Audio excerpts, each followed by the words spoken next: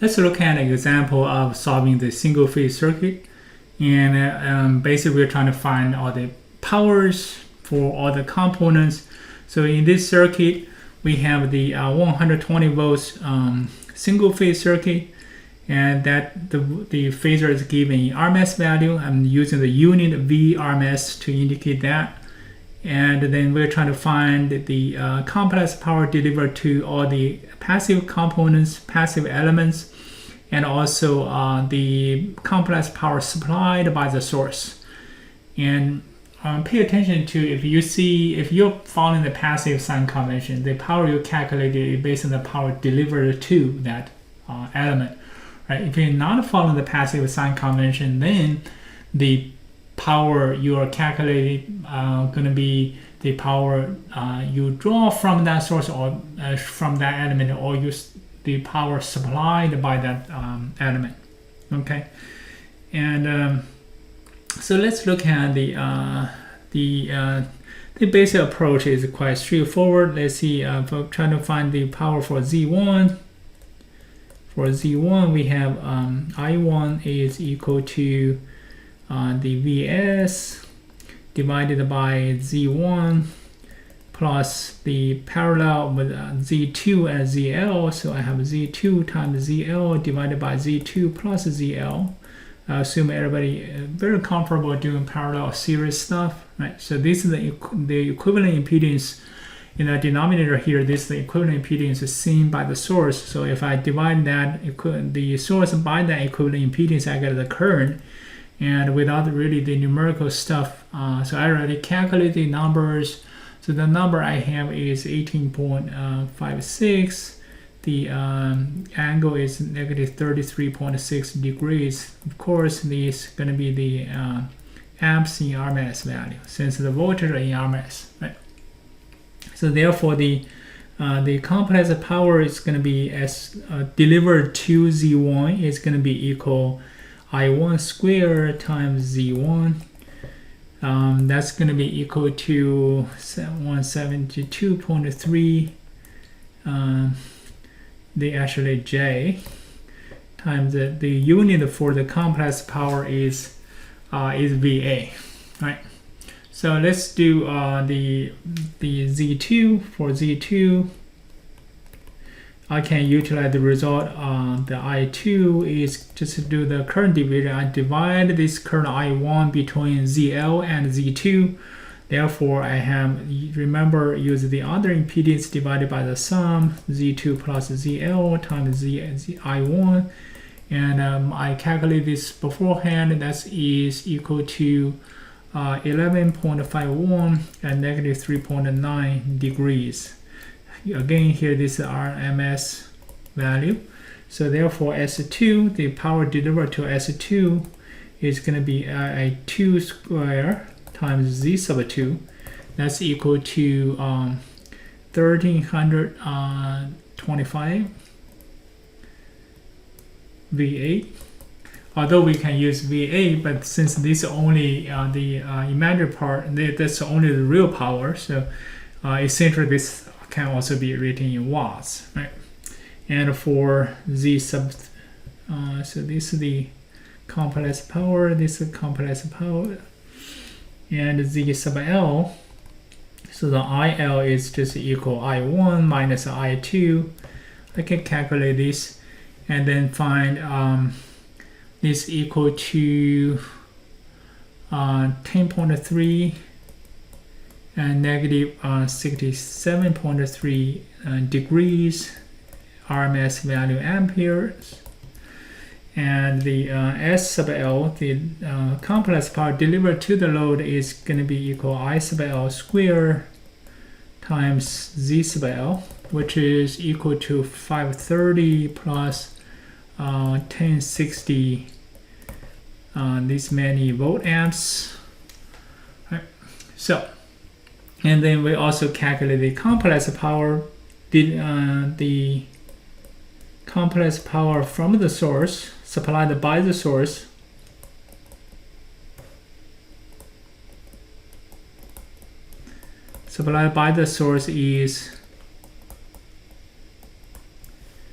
S sub S is just equal V, since we know the Vs times I conjugate I1, which in this one here is I1 because this is the power. By the way, I1 and IV, they are not following, and Vs, they are not following the passive sign convention. Therefore, this power we calculate is the power we draw from the source or supplied by the source. Okay, and the result here is 1855.5 plus 1232.6 J. This many V8. Okay, so this is how we calculate all the powers. The underlying things are still the basic circuit analysis techniques. Nothing really new here except we are calculating the complex powers, right?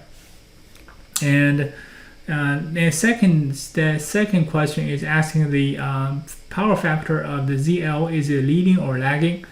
And the let's see, the power factor for the load, we can use several ways to determine that. One way is we can use the power factor, the real power and divided by the apparent power. The real power is just real part of the SL, right? And divided by the apparent power, and that's equal to 530 divided by, so here we already calculated the complex power, so that's 530 divided by 530 plus, or you can write this as square root of 530 square, right, and plus 1060 square, and so that's going to be equal to 0.45. And since Q L is the imaginary part of the SL, and so this is a positive, right? So that's equal 1060. This is greater than 0. That means that PF is lagging. The lagging because the Q is positive. Okay. Alternatively, you can also calculate the find the power factor angle. Right. You can find the VL. And so this is the one way. Another way is you can find the VL is just equal I sub L times ZL, right? So and you can calculate that. Calculate it beforehand. That's the 115.1 and negative 3.9 degrees, and therefore the power factor angle is going to be negative. So this angle of the voltage minus the angle of the current, 1.39, minus the current, I think the current is 67.3, right? Negative 67.3. So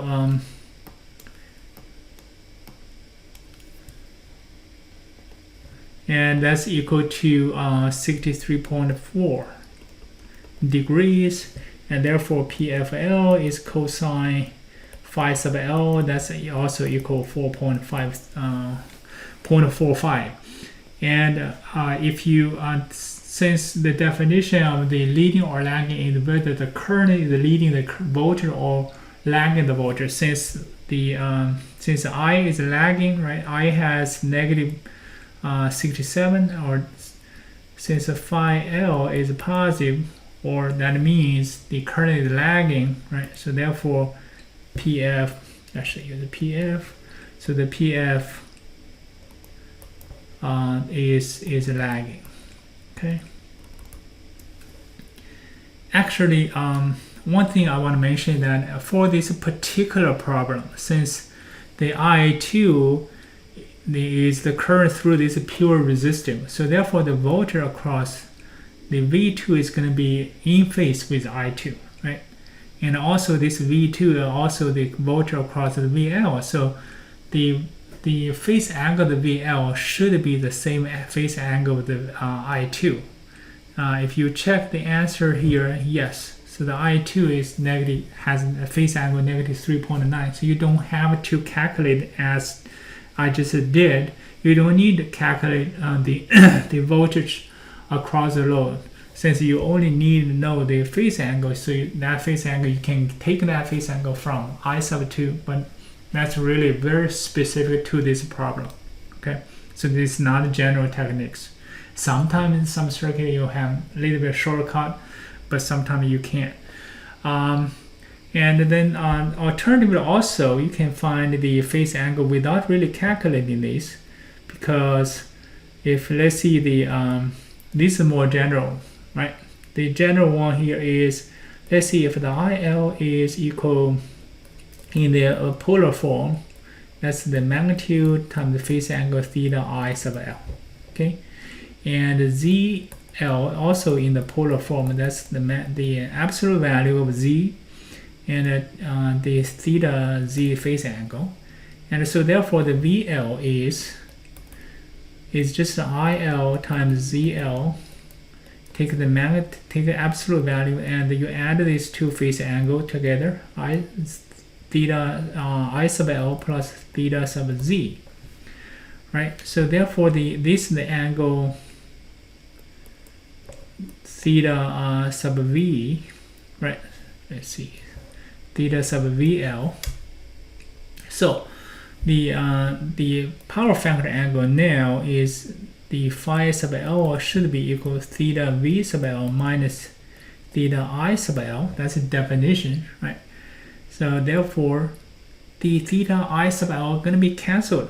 So this is very general, and this is true for any case, for any impedance. So therefore, the power factor angle actually is equal to the theta Z.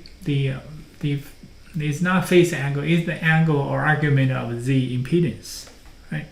So let's see if the Z is in the form of R plus JX, and then the theta Z is going to be, so the cosine, the PF, the power factor of the load is going to be cosine phi sub L. That's just equal R over the Z magnitude, which is equal R over the square root of R square plus X square.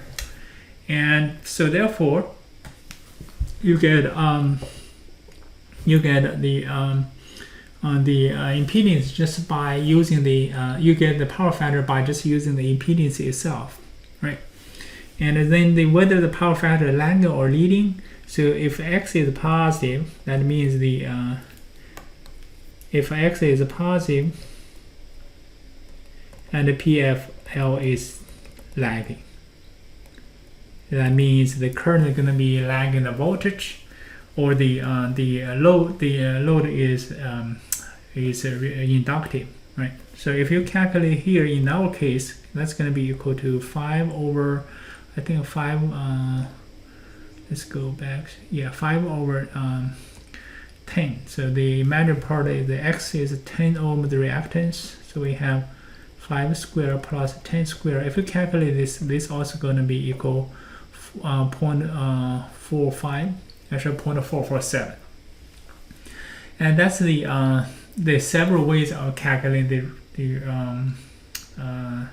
power factor, right?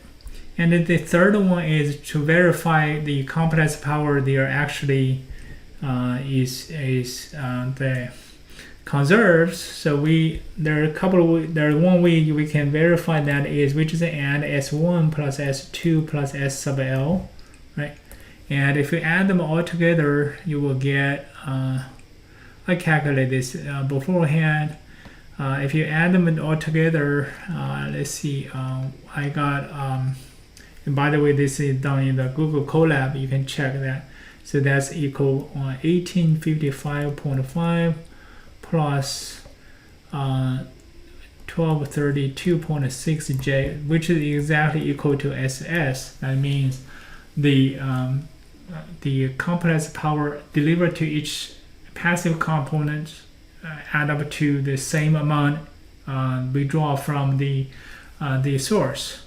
Or if you use the passive sign convention for a source, right? So they will add up to 0, right? So that's the single phase circuit analysis. And remember, no matter what you do, and you need to keep going, and until next lecture, and just keep going. Okay, see you next time.